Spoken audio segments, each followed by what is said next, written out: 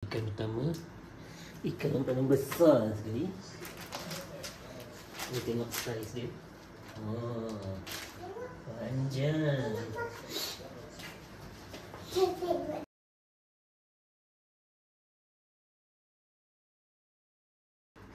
Ini pula seekor kedua terbesar. Oh, ini kurang ni.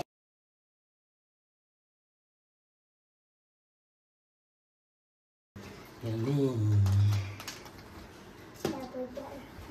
So ni lebih kurang besar sikit daripada hammer ni.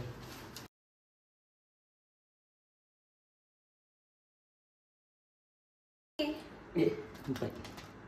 Sebab besar tak? So Kalau kat ni pasar raya besar sikit.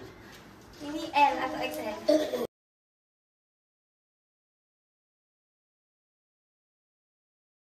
So ni ikan dia penuh. Alhamdulillah.